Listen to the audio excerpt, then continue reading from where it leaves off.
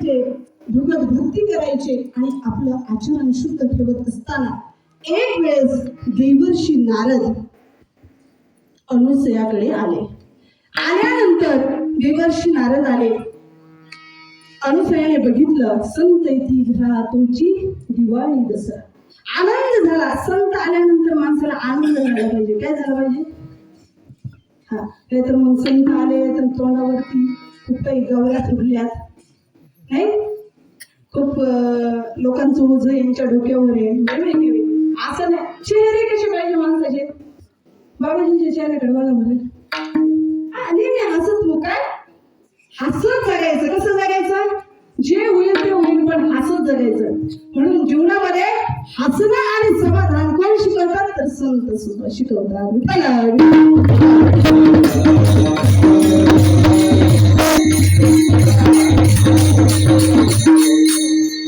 देवर्षी नारद आले. देवर्षी नारदांना बघितलं आणि अनुसयाला आनंद झाला. अनुसयाने लगेच पाठ ठेवलेल्या दारामध्ये रांगोळी काढली. देवर्षी नारदांचे पाय धुतले, ओवाळलं आणि ओवाळल्यानंतर आत घरामध्ये घेतलं. दूध कॉफी काय असेल ते दिलं आणि नमस्कार केला अतिशय हृदयापासून. त्यावेळेस देवर्षी नारद अनुसयाला म्हणतात, माते, तुमच्यासारखी महान शक्ती मी या तीनही लोकात कुठे पाहिलं नाही. त्यावेळेस अनुसया म्हणतात, भगवान तुमच्या सर्वांच्या आशीर्वादाचं फळ आहे. काय? सर्वांच्या आशीर्वादाचं फळ. सर्वांच्या आशीर्वादाचं फळ आहे म्हटल्यानंतर देवर्षी नारद त्या ठिकाणून निघाले आणि निघाल्यानंतर ते कैलासामध्ये गेले. कैलासात गेल्यानंतर त्या ठिकाणी पार्वती माता होती. पार्वती माताने नमस्कार केला आणि नमस्कार केल्यानंतर देवर्षी नारदांना विचारतात, आज कसं येणं झालं तुमचं? त्यावेळेस देवर्षी नारद म्हणतात, काय नाही, आलो सहज, भरपूर दिवस झाले कैलासात येणं झालं नाही म्हणून आलो. त्यांनी सांगितलंय, पण काही शुभ वार्ता मृत्यूलोकातली. त्यावेळेस देवर्षी नारद म्हणतात, शुभ वार्ता काही नाही, पण एक नवीन वार्ता आहे की एका ठिकाणी एक महान सत्य पतिव्रता आहे की तिच्यासारखी शक्ती आणि पतिव्रता पद कोणाकडेच नाही.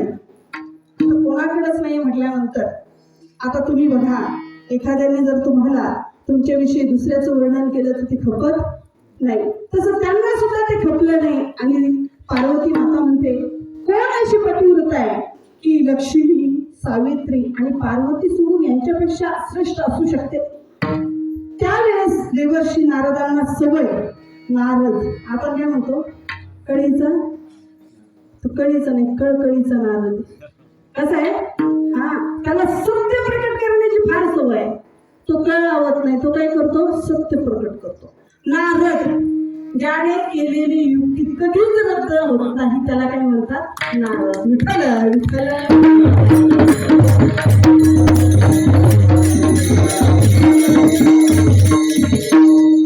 ज्याने एखादं सुचवलं आणि ते रद्द होणार नाही त्याला म्हणतात नारद.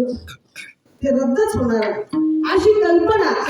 आणि देवर्षी नारद पार्वतीला म्हणतात की पार्वती माते, तुमच्या तिघींपेक्षाही श्रेष्ठ म्हणजे अनुसया माता आहे, पतिव्रतेमध्ये एक नंबरची. त्यावेळेस त्याने सांगितले, एक नंबरची श्रेष्ठ? बरोबर, ठीक आहे, आता कॉफी घ्या आणि तुम्ही निघा मध्ये. काय म्हटले? पण तिथून देवर्षी नारद परत कुठे गेले? वैकुंठात गेले. लक्ष्मीला भेटले.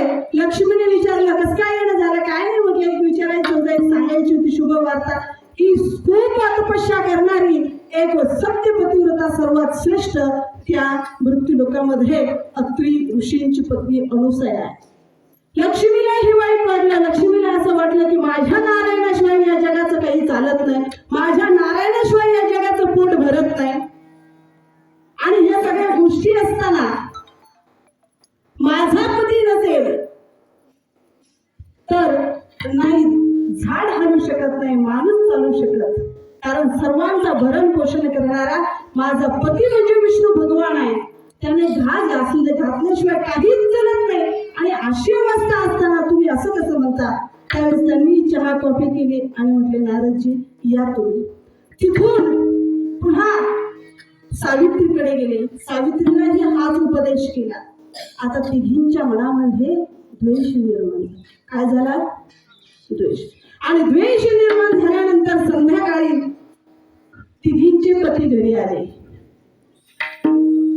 पार्वतीकडे भगवान भोलेनाथ आले, लक्ष्मीकडे विष्णू भगवान आले, ब्रह्मदेवाकडे ब्रह्मदेव सावित्रीकडे आले. आल्यानंतर यांनी कोणीच स्वयंपाक केलेला नव्हता. रुसून बसलेल्या होत्या. कशा बसलेल्या होत्या? तुम्ही रुसता ना कधी का नाही? इकडची मंडळी रुसून बसलेल्या होत्या. आणि रुसून बसलेल्या असताना कोणी स्वयंपाक केलेला नाही. विष्णू भगवंत म्हणतात, अगं लक्ष्मी मला भूक लागली. तिने सांगितलं आम्ही भाकरी थापायला मोकळे नाही. इकडे भगवान भोलेनाथ म्हणतात पार्वती मला भूक लागली. पार्वतीने सांगितलं आम्हाला वेळ नाही. सगळ्या नाराज झाल्या. आणि नंतर मग त्यांच्या पतीने त्यांना विचारलं की का नाराज झाला. त्यावेळेस पार्वतीने सांगितलं भगवान भोलेनाथांना की काय करता तुम्ही जगामध्ये फिरता, रोज सगळ्या भूत वेताळ यांनाच नाचवत बसता, परंतु आज आम्हाला काहीच या जगतामध्ये मान राहिला नाही. एक साधी जोगड्याची पत्नी, कोणाची? जोगड्याची पत्नी, ती सर्वश्रेष्ठ पतिव्रता झाली असं होऊ शकत नाही. आम्ही देवाधिकांच्या बायका आहोत. त्यांनी सांगितलं की हे बघा शेवटी ती साधूंची पत्नी आहे. कोणाची आहे? साधूची पत्नी आहे.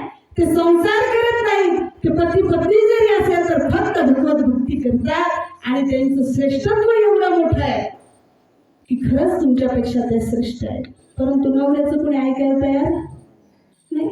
त्यांनी सांगितलं असं जमणार नाही, असं गोड बोलून आम्ही ऐकणार नाही, आमच्यापेक्षा मोठं कोणाला आम्ही स्वीकारणार नाही. मग काय करा? परीक्षा घ्या. कोणाची?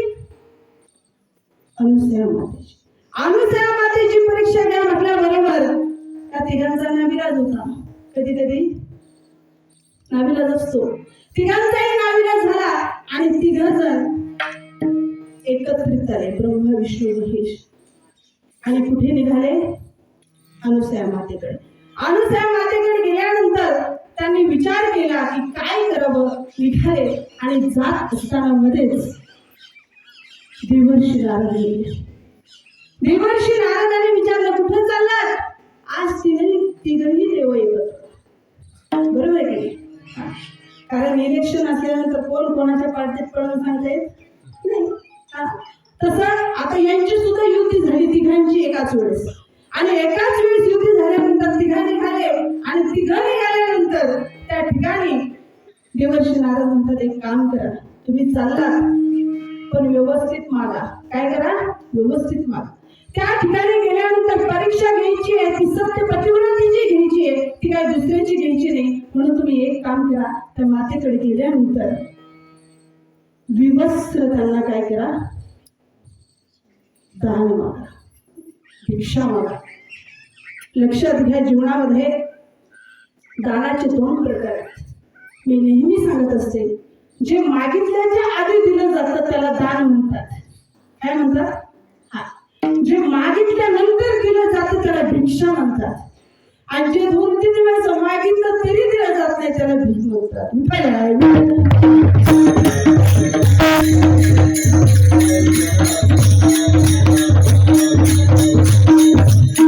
जे मागण्याच्या अगोदर दान दिलं जातं ते दान असं असतं की ते 100% आपल्या पदरात पडतं. काय होतं? मागितल्यानंतर जर तुम्ही 100 रुपये दिले तर 50 रुपयाचं पुण्य तुम्हाला भेटतं. 50 रुपये मागणार.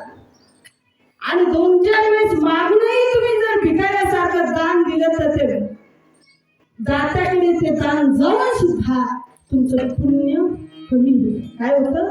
पुण्य कमी होतं. तुमच्याकडे कुणी जर दान मागायला आलं तर तो एक तर दान घेऊन जातो